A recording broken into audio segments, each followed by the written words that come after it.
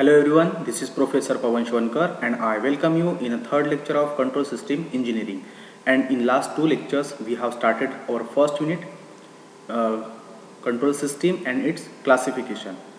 And recently we have started block reduction diagram or block reduction representation. So in which recently we have seen a derivation of simple closed loop system. So simple closed loop system में क्या क्या involve था? एक input जिसको हम are of S represent करते हैं, then एक समिंग पॉइंट, एक forward transfer function suppose G of s, then एक आउटपुट जिसको हम टर्म करते हैं सी ऑफ एस, और एक रिटर्न पाथ रहेगा जिसमें फीडबैक एलिमेंट रहेगा. So suppose feedback element is h of S और ये वापस जा रहा है समिंग पॉइंट पे आइदर पॉजिटिव और नेगेटिव साइन के साथ में. ओके, पॉजिटिव और नेगेटिव. तो इस सिस्टम को कहते हैं close loop system. Close loop क्योंकि लूप क्लोज है, output to input to output forward path और रिटर्न ऐसा पाथ. तो एक्चुअली ये कंप्लीट एक साइकिल है, इसलिए कहते हैं इसे क्लोज लूप सिस्टम. इसी क्लोज लूप सिस्टम को जब हम स्टडी करेंगे और उसको सॉल्व करेंगे तो हमें इनपुट और आउटपुट ऐसा इसको कन्वर्ट करना है, मतलब इसकी इफिशियंसी निकालनी है. तो इफिशियंसी इसकी क्या रहेगी? आउटपुट बाय इनपुट या फिर C of S by R of S. ये सॉल्यूशन हमें फाइंड आउट करना था. तो हमने ये डायग्राम कंस्ट्रक्ट की सबसे पहले, ये वाली diagram. So are of s signal जा रहा है. अब इसमें जो अलग नोटेशन है जैसे E of S, B of S, ये क्या है? ये है error signal, error signal. B of S है फीडबैक सिग्नल, फीडबैक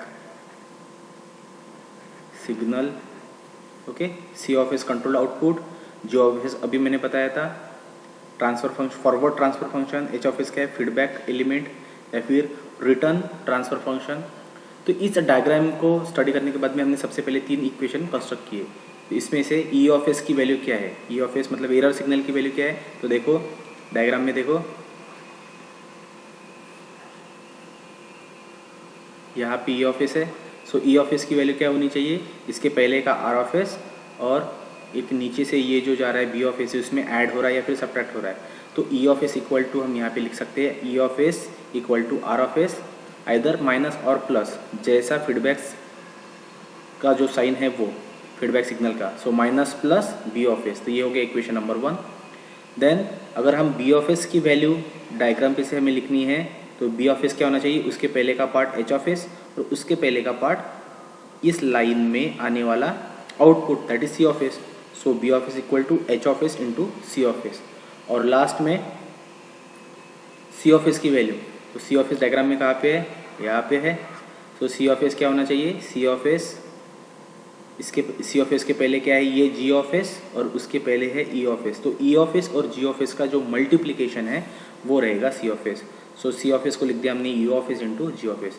तो ये तीनों इक्वेशन यूज़ करके हमने लेटर ऑन ये सॉल्व किया. जैसे हमने ई ऑफ एस को कंटिन्यू किया, E of S equal to क्या था? आर ऑफ एस और बी ऑफ एस. तो बी ऑफ एस की वैल्यू हमने पुटअप कर दी, B of S equal to H of S into C of S.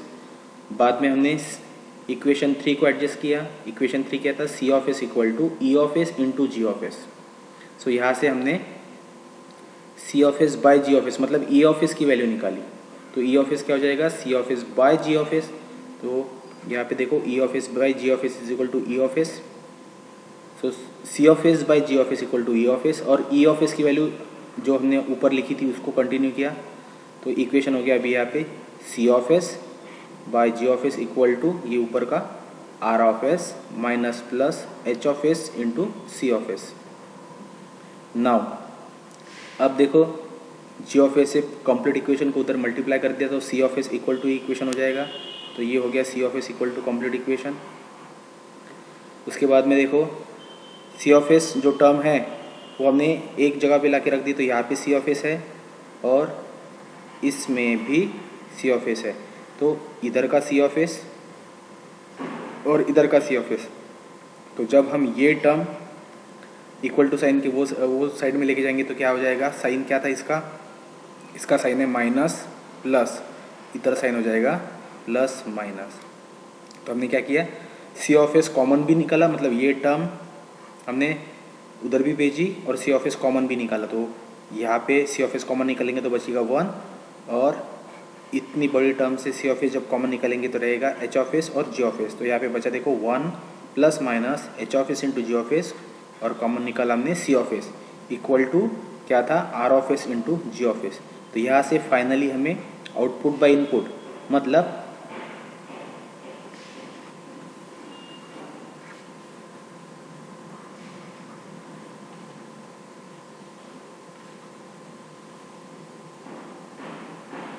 Finally output क्या था हमारा, C of S by R of S equal to जो बचेगा वो जी ऑफ एस बाय ये पूरा ब्रैकेट। ओके, ये पूरा ब्रैकेट जाएगा डिनोमिनेटर में। तो इस हिसाब से हमने सिंपल क्लोज लूप सिस्टम को एनालाइज किया और यहाँ से C of S by R of S की वैल्यू कैलकुलेट की। ओके, नाउ नेक्स्ट पार्ट है ब्लॉक डायग्राम रिडक्शन मेथड। तो जैसे ब्लॉक डायग्राम रिडक्शन, जैसे यहाँ पे हमने क्लोज लूप देखा था, सपोज बहुत सारे लूप है, बहुत सारे ब्लॉक्स है, कहीं पे समिंग पॉइंट है, टेक ऑफ पॉइंट है, कहीं पे ऐसी बहुत कॉम्प्लिकेटेड सिस्टम है सपोज।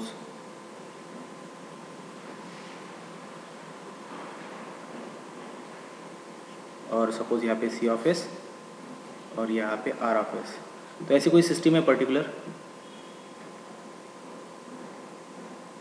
ओके, और इस सिस्टम को हमें क्या करना है, एक सिंपल सिस्टम में कन्वर्ट करना है। तो सिंपल सिस्टम क्या रहेगी, एक इनपुट, एक ब्लॉक और एक आउटपुट, लाइक दिस। सो ऐसी कॉम्प्लिकेटेड सिस्टम को हमें ऐसा कन्वर्ट करना है, और ये कन्वर्ट करने के लिए बहुत सारे रूल है, around 10 rules are there to convert complicated block diagram into simple block diagram और ओपन लूप सिस्टम।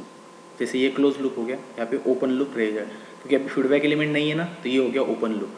तो ऐसे बहुत सारे ब्लॉक वाली सिस्टम को कन्वर्ट करने के लिए हमें रूल्स रिक्वायर्ड है। तो जैसे यहाँ पे ब्लॉक डायग्राम रिडक्शन का पहला रूल है एसोसिएटिव लॉ।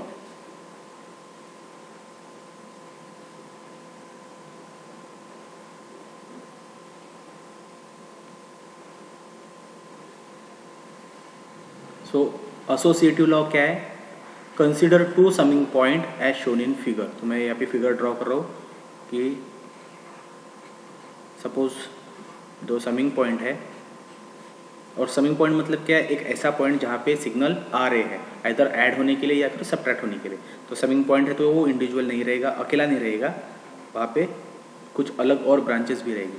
तो सपोज मैं यहाँ पे बोल देता हूँ ये एक एक्स है और एक वाई ब्रांच है, और जिसका कोई सिग्नल है, सपोज ये माइनस है और ये प्लस है।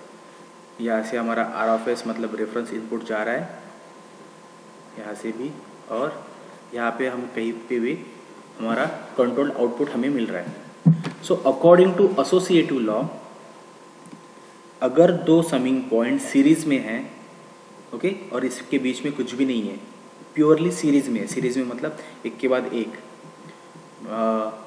तो ये जो 2 सिग्नल है, रिक्वायरमेंट के हिसाब से आप ये सिग्नल इंटरचेंज कर सकते हो। मतलब y वाला सिग्नल आप यहाँ पे लगा सकते हो, समिंग पॉइंट 1 पे लगा सकते हो, और x वाला जो सिग्नल है आप समिंग पॉइंट 2 पे लगा सकते हो। ठीक है, लेकिन कंडीशन क्या है हर एक रूल की, कि आपका आउटपुट चेंज नहीं होना चाहिए। जैसे यहाँ पे अगर आउटपुट क्या है, तो अगर हम देखते हैं तो आउटपुट क्या आना चाहिए, जैसे आर ऑफ एस जा रहा है, उसके बाद में x इसमें से माइनस हो रहा है। ठीक है, मैं लिख देता हूँ 1 बाय 1 कि सपोज यहाँ तक के हमें आउटपुट कितना मिला, आउटपुट कितना मिला कि एक सिग्नल आ रहा है, कौन सा, आर ऑफ एस, और x उसमें से माइनस हो रहा है, तो आउटपुट हुआ r of S minus x. बाद में यहाँ तक देखो, यहाँ तक मतलब कंप्लीट आउटपुट। सो यहाँ तक आउटपुट क्या आ रहा है, यहाँ का जितना था वो r of S minus x, और उसमें से y ऐड हो रहा है, तो y इसमें और हमने ऐड कर दिया। ठीक है, तो इस कंडीशन के लिए ये आउटपुट था। हमने क्या बोला कि अगर एसोसिएटिव लॉ कब एप्लीकेबल है, कि अगर 2 समिंग पॉइंट सीरीज में है तो ये इसकी सिग्नल हम इंटरचेंज कर सकते हैं। चलो हम सिग्नल इंटरचेंज करते हैं। सो आर ऑफ एस, ये समिंग पॉइंट 1 ही है, ये समिंग पॉइंट 2 है,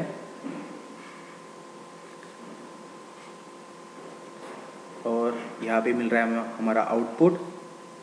अब ये सिग्नल मैं इंटरचेंज कर रहा हूँ, यहाँ पे y कर दिया मैंने, और y का जो सिग्नल है वही, साइन जो है वही y प्लस है, और x सिग्नल मैंने यहाँ पे लगा दिया, सपोज x, लेकिन ये माइनस है। तो हम ये चीज़ कर सकते हैं, हम ये सिग्नल इंटरचेंज कर सकते हैं कब? जब समिंग पॉइंट सीरीज़ में है, तो उसके बीच में और कुछ भी नहीं है तो। लेकिन कंडीशन क्या होनी चाहिए कि आप कुछ भी चेंजेस करो, आउटपुट पे डिफरेंस नहीं आना चाहिए, ठीक है? आप एडजस्टमेंट कुछ भी करो डायग्राम में, लेकिन कंडीशन ये है कि आउटपुट चेंज नहीं होना चाहिए। तो देखते हैं यहाँ पे आउटपुट क्या मिल रहा है। सबसे पहले r of s summing point में आ रहा है, और y इसमें क्या हो रहा है? ऐड हो रहा है, सो प्लस y, इतना ही आउटपुट यहाँ पे कैरी फॉरवर्ड हो रहा है, और समिंग पॉइंट 2 पे आ रहा है। सो यहाँ तक समिंग पॉइंट 2 के पहले आ गया हमारे पास में r of S plus y। उसके बाद में चेक करो यहाँ पे आउटपुट कितना आना चाहिए total. So are of S plus y, और x क्या है उसमें से? Minus, so minus x। तो ऊपर का आउटपुट और नीचे का आउटपुट अगर हम चेक करते हैं तो सेम है। देखो r of S minus x plus y, r of S minus x plus y, है ना? इसको हम ऐसे लिख सकते हैं ना कि r of S plus minus x plus y. तो आउटपुट में कुछ भी चेंज नहीं है, तो आउटपुट में चेंज नहीं है और आप डायग्राम ऐसे ही चेंज कर सकते हो। सो एसोसिएटिव लॉ क्या है कि आप अगर दो समिंग पॉइंट सीरीज में हैं तो आप ब्रांचेस इंटरचेंज कर सकते हो। कब चेंज नहीं कर सकते? सपोज डायग्राम में ऐसा कोई टेक ऑफ पॉइंट है, टेक ऑफ पॉइंट मतलब एक ऐसा पॉइंट जहाँ से ब्रांच निकल रही है ना, आउटगोइंग ब्रांचेस है, और सपोज यहाँ पे कुछ भी लिखा हो, G of S, H of S, whatever, ठीक है, ऐसा कुछ तो भी ब्रांच जा रही है। तो देखो अभी ये दो समिंग पॉइंट, ये 1 और 2, ये समिंग पॉइंट सीरीज में नहीं है। सीरीज में क्यों नहीं? क्योंकि इनके बीच में एक टेक ऑफ पॉइंट आ गया।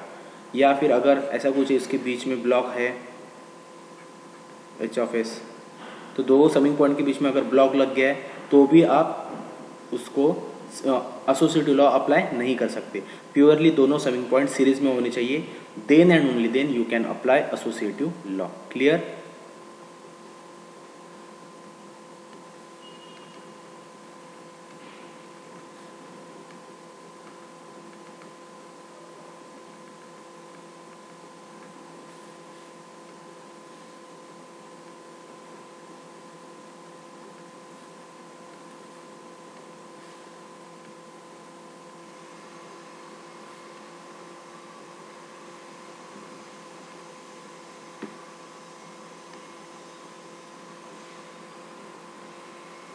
तो यहाँ पे आउटपुट था हमारा r of S minus x plus y. यहाँ पे भी वही है, r of S plus y minus x, या फिर r of S minus x plus y. तो ये हो गया आपका associative law, rule number 1। Let's move to second rule. Rule number 2 is block for blocks in series, मतलब series law. Series law, अब ये सीरीज लॉ क्या है? The transfer function of the blocks which are connected in series get multiplied with each other. मतलब क्या है कि suppose ऐसा कुछ है कि एक रेफरेंस इनपुट और एक से ज़्यादा ब्लॉक सीरीज में है। सपोज ब्लॉक वैल्यू है G1, G2, G3, कुछ भी हो सकता है, 1, 2, 3, कुछ भी, एनी नंबर, और फाइनली यहाँ पे आउटपुट निकालना है C ऑफ S। तो यहाँ पे क्या बोला है कि transfer function of the blocks which are connected in series get multiplied with each other. अगर ब्लॉक सीरीज में है तो इनका जो ट्रांसफर फंक्शन है या फिर इनका जो कैलकुलेशन है G1 to G3, ये सीधा सीधा मल्टीप्लाई हो जाएगा, ठीक है? तो मतलब आप ऐसा लिख सकते हो कि आर ऑफ एस एक सिंगल ब्लॉक और मल्टीप्लाइड फॉर्म इसका G1 into G2 into G3, हम ऐसा लिख सकते हैं। तो यहाँ पे चेक कर लो, हमारा मोटो क्या था कि आउटपुट चेंज नहीं होना चाहिए।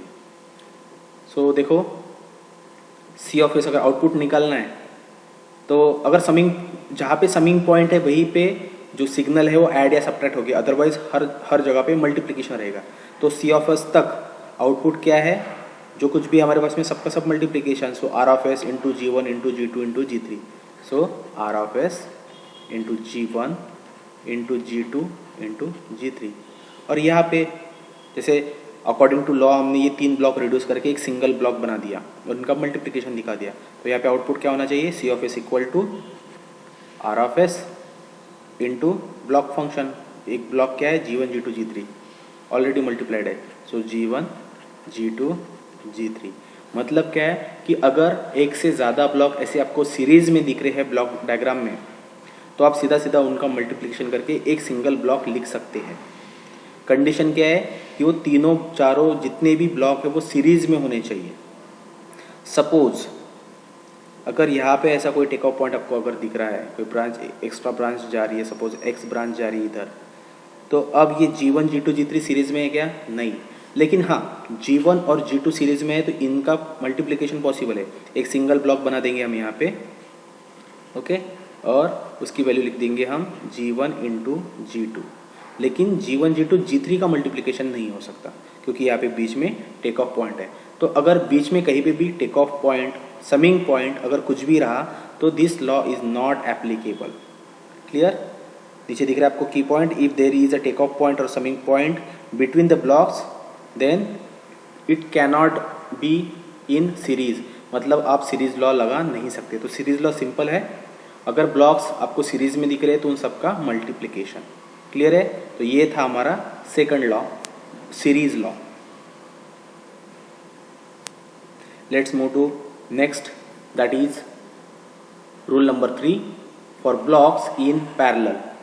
अब ब्लॉक्स इन पैरेलल, जैसे पहले सीरीज में था, अब पैरेलली अगर अरेंज है, सपोज हमेशा डायग्राम रेफरेंस इनपुट से स्टार्ट होगी, तो यहाँ पे पैरेलली कनेक्ट है ब्लॉक्स।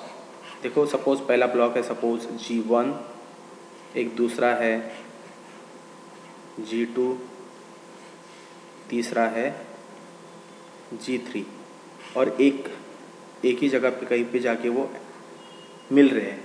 तो देखो जब भी ऐसा पॉइंट आएगा कि जहाँ पे ब्रांचेस को एक जगह पे आना है तो वहाँ पे हम हमेशा समिंग पॉइंट रहेगा। टेक ऑफ पॉइंट क्या रहता है, ये हो गया टेक ऑफ पॉइंट, हमेशा ब्रांचेस आउट गोइंग है, इस पॉइंट पे कभी ब्रांच आती नहीं है। ठीक है, जैसे ये आया मतलब यहाँ से स्प्लिट हुआ वो, ठीक है, एक कोई एक्स्ट्रा ब्रांच अगर ऐसी आनी है तो यहाँ पे टेक ऑफ पॉइंट पे नहीं आएगी, वहाँ पे हमें समिंग पॉइंट ड्रॉ करना पड़ेगा। क्लियर? इसलिए हम याद रखेंगे कि समिंग पॉइंट का मतलब क्या है कि एक ऐसा पॉइंट जहाँ पे सिग्नल ऐड या सब्ट्रैक्ट होते हैं। तो हमने यहाँ पे समिंग पॉइंट ड्रॉ कर दिया, तो ये हो गया समिंग पॉइंट। अब सिग्नल जैसे हमने दिखा दिया कि इस समिंग पॉइंट पे, इस सर्कल पे G1 G2 G3 के सिग्नल आइदर ऐड हो गए या फिर सब्ट्रैक्ट हो गए। अगर साइन नहीं लिखा है तो वो प्लस रहेगा, एडिशन होगी। अगर सब्ट्रैक्ट होना है तो स्पेशली वहाँ पे माइनस लिखा होगा। सो मैं लिख देता हूँ यहाँ पे प्लस प्लस माइनस कुछ भी, और फाइनली यहाँ पे सी ऑफ एस। तो ब्लॉक इन पैरेलल का रूल क्या है, या फिर इसको बोलते हैं पैरेलल लॉ। पैरेलल लॉ, तो पैरेलल लॉ क्या होता है कि अगर आपको ऐसा दिख रहा है कि एक से ज़्यादा ब्लॉक अगर पैरेलली कनेक्टेड है तो उनका रिडक्शन भी हो सकता है। इनका रिडक्शन कैसा होगा, मैं यहाँ पे नीचे ड्रॉ कर रहा हूँ, देखो आर ऑफ एस, एक सिंगल ब्लॉक। एक्चुअली हमें क्या करना है, ब्लॉक रिड्यूस तो करना है, कॉम्प्लिकेटेड डायग्राम को सिंपल बनाना है। तो मैक्सिमम ब्लॉक को हम कन्वर्ट करके एक सिंगल ब्लॉक बनाते जाएंगे। तो अगर आपको कुछ ऐसा स्ट्रक्चर दिख रहा है जहाँ पे ब्लॉक्स पैरेलली कनेक्टेड है, उसका कन्वर्शन क्या होगा कि अगर ये पैरेलली कनेक्टेड है तो अकॉर्डिंग टू देयर सिग्नल वो ऐड या फिर सब्ट्रैक्ट होंगे। जैसे देखो एक ही पॉइंट है जहाँ से वो सबके सब सिग्नल निकले थे, और एक ही पॉइंट है जहाँ पे वो ऐड हो रहे हैं। ठीक है, कॉमन पॉइंट्स है। तो अगर ये पैरेलली कनेक्टेड है तो अकॉर्डिंग टू देयर सिग्नल उनकी एडिशन या फिर सब्ट्रैक्शन होगी। तो हम इसको कैसे लिखते हैं, कैसे लिख सकते हैं, G1 क्या हो रहा है, ऐड हो रहा है, सो G1, G2 भी ऐड हो रहा है, सो प्लस G2, और G3 क्या हो रहा है, माइनस G3। क्लियर? तो यहाँ पे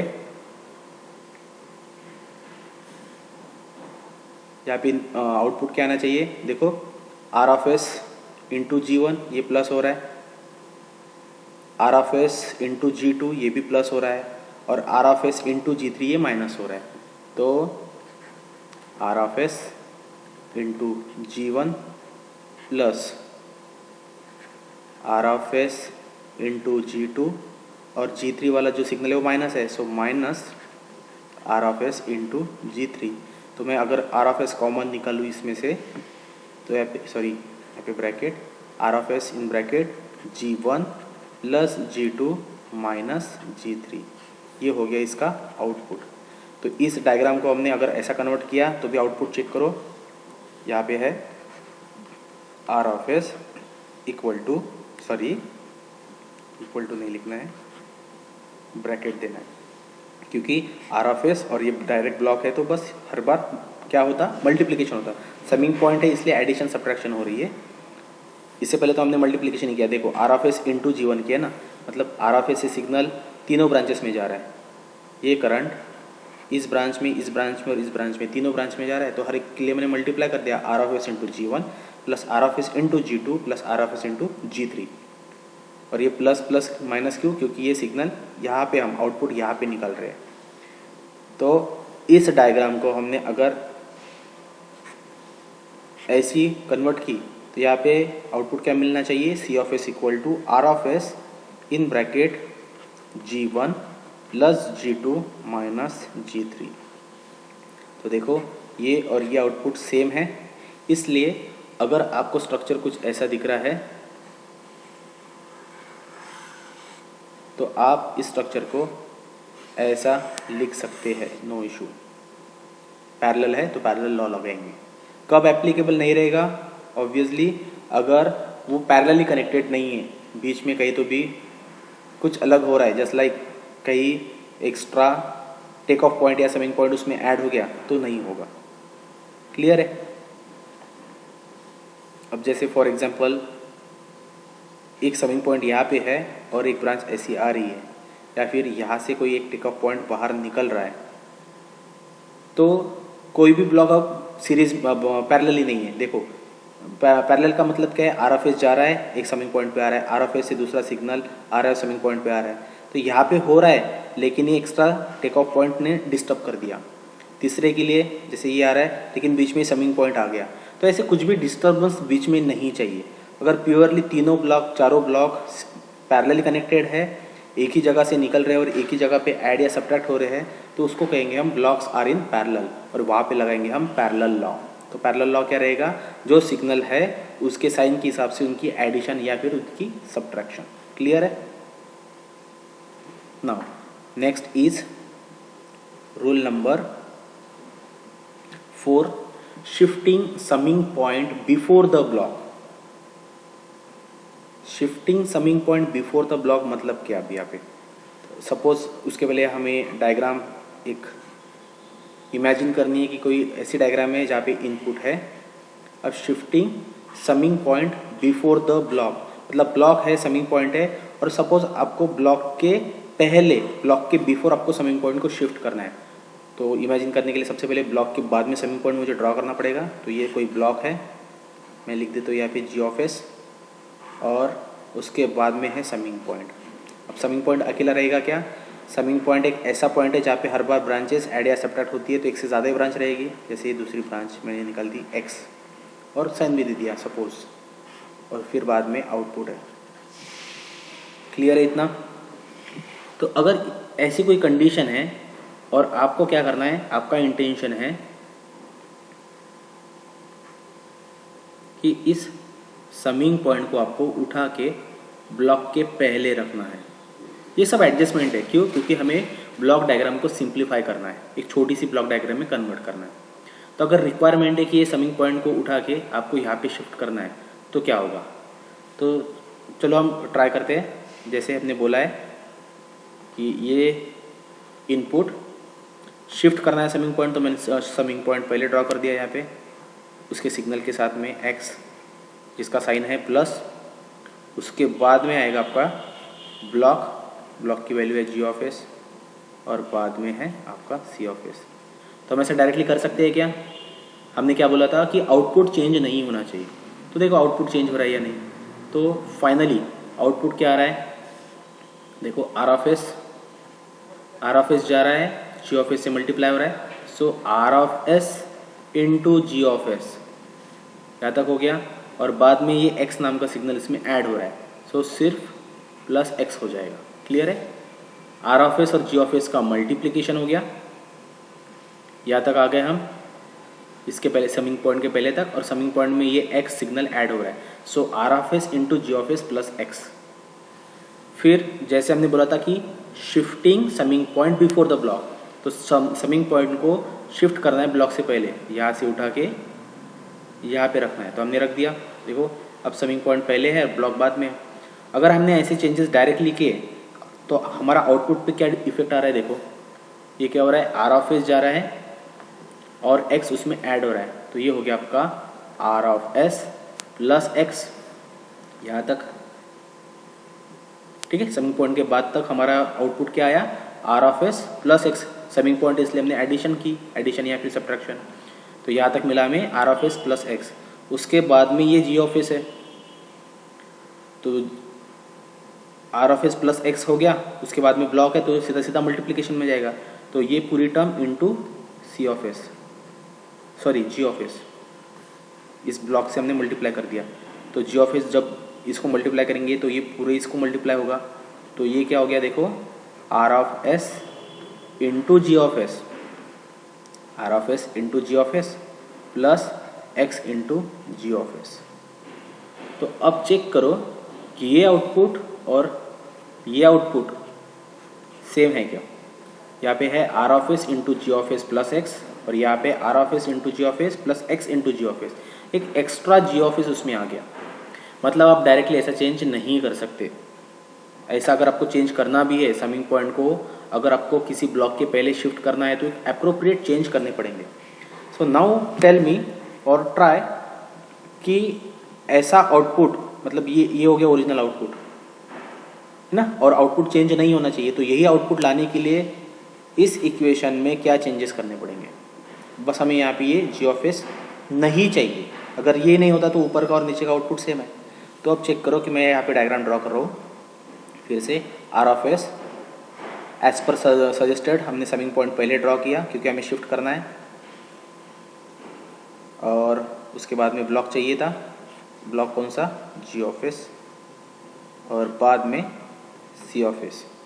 हो गया यहाँ तक। तो ये जो सिग्नल हमने यहाँ पे शिफ्ट किया कौन सा था? ये एक्स सिग्नल। तो ये एक्स सिग्नल जब भी हम शिफ्ट करेंगे समिंग पॉइंट से लग के जो सिग्नल है, तो ये जो सिग्नल हम यहाँ, सॉरी, ये जो समिंग पॉइंट हम ब्लॉक के पहले शिफ्ट कर रहे हैं, तो जिस ब्लॉक के अगेंस्ट आप शिफ्टिंग कर रहे हो, कौन से ब्लॉक के पहले शिफ्ट किया आपने? ये जी ऑफ एस ब्लॉक के पहले हमने शिफ्ट किया। तो जिस ब्लॉक के अगेंस्ट हम शिफ्टिंग कर रहे हैं उसी का रेसिप्रोकल उस ब्रांच में ऐड कर दो, आपका काम हो जाएगा। क्या बोला मैंने? देखो कि ये समिंग पॉइंट हमने यहाँ पे शिफ्ट किया इस ब्लॉक के पहले, कौन से? जी ऑफ एस इस ब्लॉक के पहले शिफ्ट किया। तो जिस ब्लॉक के अगेंस्ट आप शिफ्टिंग कर रहे हो, इसके पहले शिफ्ट कर रहे हो, तो उसी ब्लॉक का रेसिप्रोकल, जी ऑफ एस का रेसिप्रोकल क्या हो जाएगा? 1 बाय जी ऑफ एस। ये ब्लॉक उसमें ऐड कर दो, उस सिग्नल को मल्टीप्लाई कर दो। अब देखो आउटपुट हम कैलकुलेट करते हैं। चेक करो अभी, सी ऑफ एस इक्वल टू, तो देखो अभी यहाँ पे क्या हो रहा है? इस समिंग पॉइंट पे क्या हो रहा है? आर ऑफ एस आ रहा है और ये एक्स सिग्नल आ रहा है, लेकिन एक्स है क्या? सिर्फ एक्स, और ये 1 बाय जी ऑफ एस भी सीरीज में है। तो ये हो रहा है actually r of S plus x into हो जाएगा ना, क्योंकि एक्स और वो ब्लॉक दोनों सीरीज में ही है, नीचे वाले ऐसे सीरीज में वो एक्स है ये सिग्नल, और एक्स की ही लाइन में है 1 बाय जी ऑफ एस। तो इसका आउटपुट क्या रह जाएगा? X into 1 by ji of S. So X by ji of S, ऐसा कुछ तो भी। So X by ji of S, यहाँ तक आ गए? बराबर है। समिंग पॉइंट तक हमने आउटपुट कैलकुलेट कर लिया। अब यही आउटपुट हम आगे की ब्लॉक को मल्टीप्लाई करेंगे। सो मल्टीप्लाइड आगे का ब्लॉक कौन सा है, G of S. G of S से हमने इसको मल्टीप्लाई कर दिया, ये हो गया फाइनल आउटपुट। देखो अभी क्या चेंजेस हो गए, आर ऑफ एस, आर मतलब आर ऑफ एस है, हाँ। So are of S as it is plus